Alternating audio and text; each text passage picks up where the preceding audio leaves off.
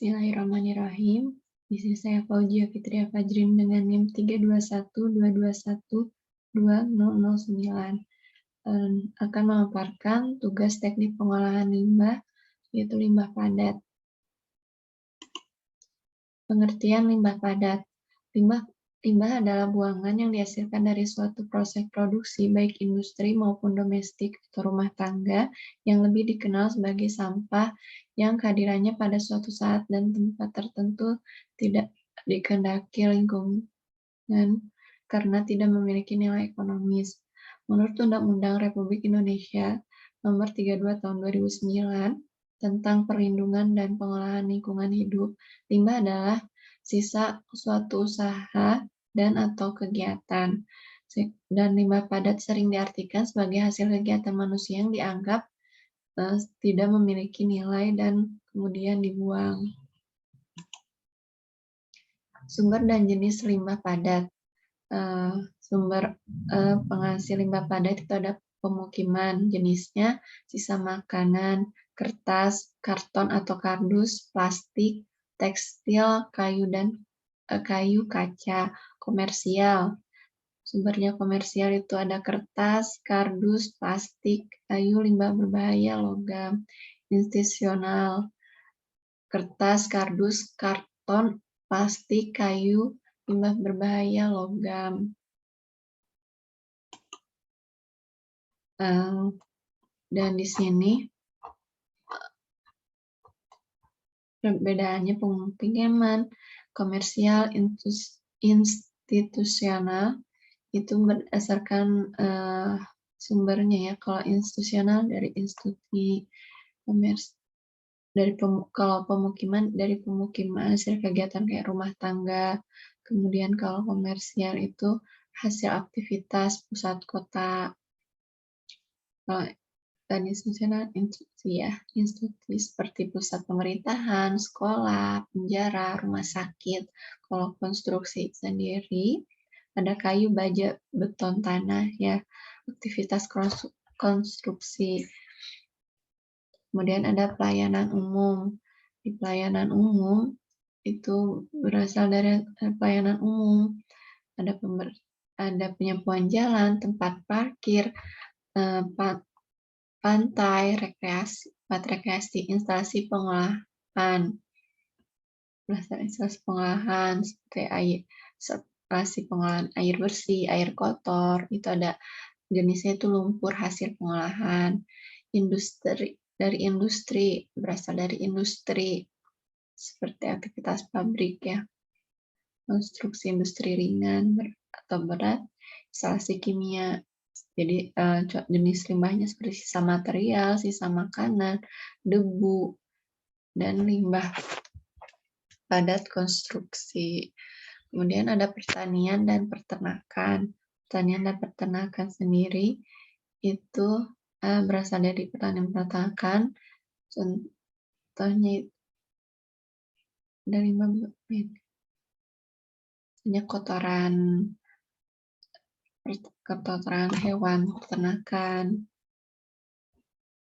dan jerami. Dan jenis limbah padat atau berdasarkan komposisinya itu ada limbah padat basah dan limbah padat kering. Kalau limbah padat basah ada limbah padat yang berbentuk bahan organik yang mudah terurai oleh mikroorganisme, dapat dimanfaatkan sebagai kompos, contohnya sisa makanan, sayuran, kulit buah lunak, dan daun. Kemudian limbah padat kering.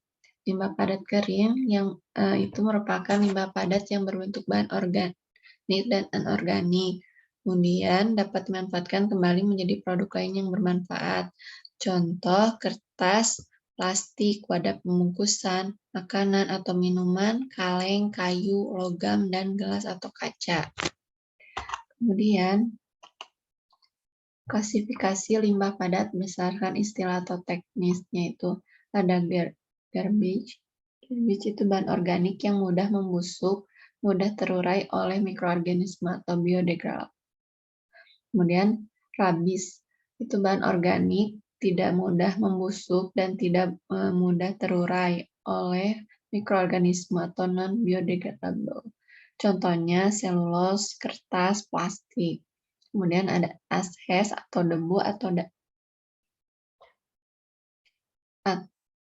abu hasil pembakaran dan mudah terbawa angin. Kemudian ada dead animal, memiliki sifat mudah membusuk dan bau yang sangat menusuk. Kemudian ada street sweeping, contohnya daun, kertas, plastik. Ada industrial waste, limbah yang berasal dari industri. Kemudian karakteristik fisik limbah padat itu ada berat jenis sendiri itu diperlukan untuk menilai total massa dan volume limbah yang perlu diolah. Kemudian ada kandungan air atau kelembaban. Kandungan air kelembaban ini merupakan perbandingan antara berat air dan berat basah limbah padat total atau dengan berat kering limbah padat tersebut. Nilai kandungan airnya sendiri dinyatakan dalam persen. Dengan mengetahui kandungan air atau kelembaban dapat ditentukan frekuensi pengumpulan limbah padat. Kemudian selain itu kelembaban limbah padat dipengaruhi oleh komposisi limbah padat, musim, dan curah hujan. Kemudian ada yang ketiga ada ukuran dan distribusi partikel, di mana penentuan ukuran dan distribusi partikel limbah padat ini digunakan untuk menentukan jenis pengolahan limbah padat, terutama untuk memisahkan partikel besar dan partikel kecil. Kemudian ada fill capacity, merupakan jumlah total kelembaban yang dapat disimpan dalam sebuah sampel yang bergerak ke bawah secara gravitasi. Kemudian ada permeabilitas, merupakan karakteristik fisik yang penting dalam mengatur gerakan cairan dan gas di tempat pembuangan limbah padat. Kemudian karakteristik limbah padat itu ada karakteristik kimia juga, di mana ada kadar volatil.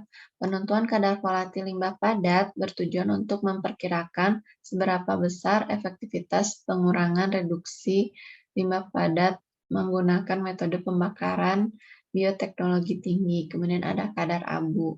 Kadar abu ini merupakan sisa proses pembakaran pada suhu tinggi. Kemudian ada kandungan energi. Penentuan kandungan energi limbah padat diperlukan dalam proses pengolahan limbah padat, terutama pengolahan secara termal.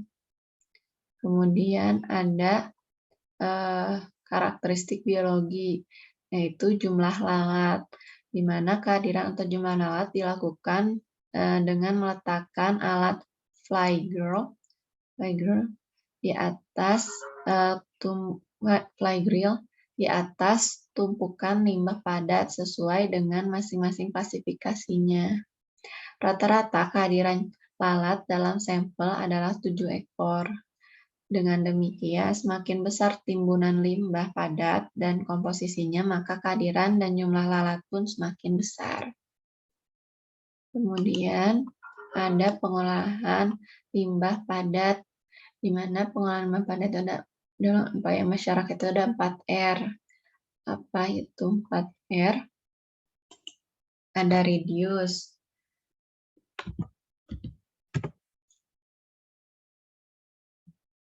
Reduce itu yaitu merupakan upaya mengurangi timbunan limbah padat dan meminimalisir barang yang digunakan.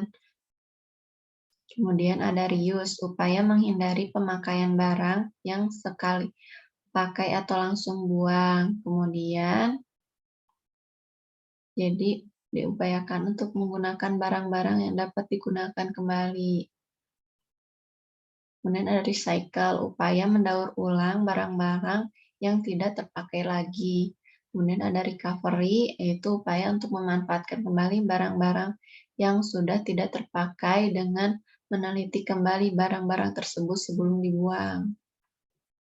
Kemudian penanganan dan pengolahan limbah padat, itu ada pengangkutan. Tujuan pengangkutan sendiri yaitu untuk memindahkan pengangkutan limbah padat dari tempat tertentu atau dari berbagai tempat ke tempat lain yang dikehendaki. Metode pengangkutan sendiri ada beberapa ya, ada sistem tenaga manusia paling sederhana, manual, dapat digunakan untuk volume kecil, sistem mekanik, menggunakan mesin-mesin mekanik seperti conveyor, umum digunakan untuk jarak pendek, dapat memuat volume yang besar. Kemudian ada sistem air, tenaga aliran air melalui saluran air, sesuai untuk limbah yang mengapung dan melayang.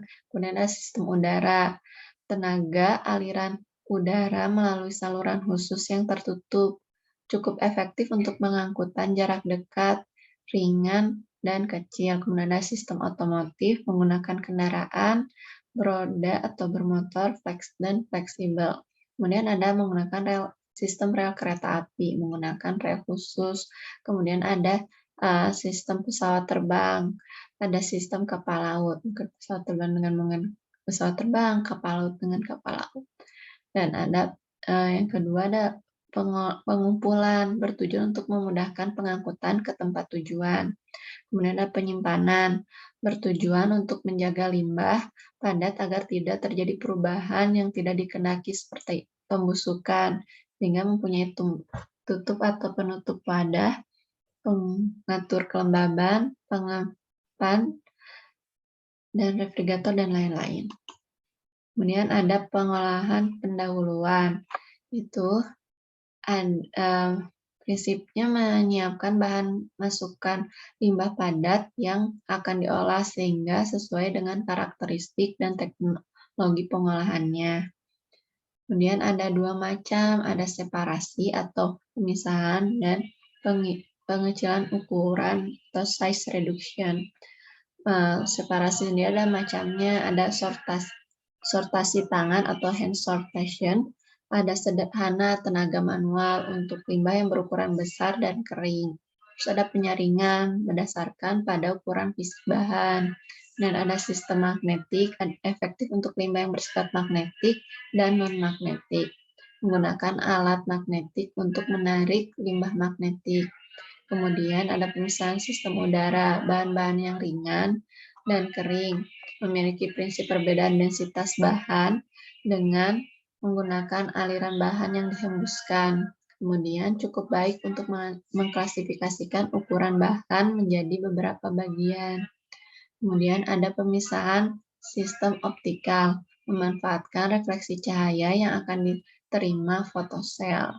Nah, ada sistem inersial, itu didasarkan pada sifat resistensi udara dan densitas partikel bahan. Kemudian sama dengan sistem udara, namun dilontarkan.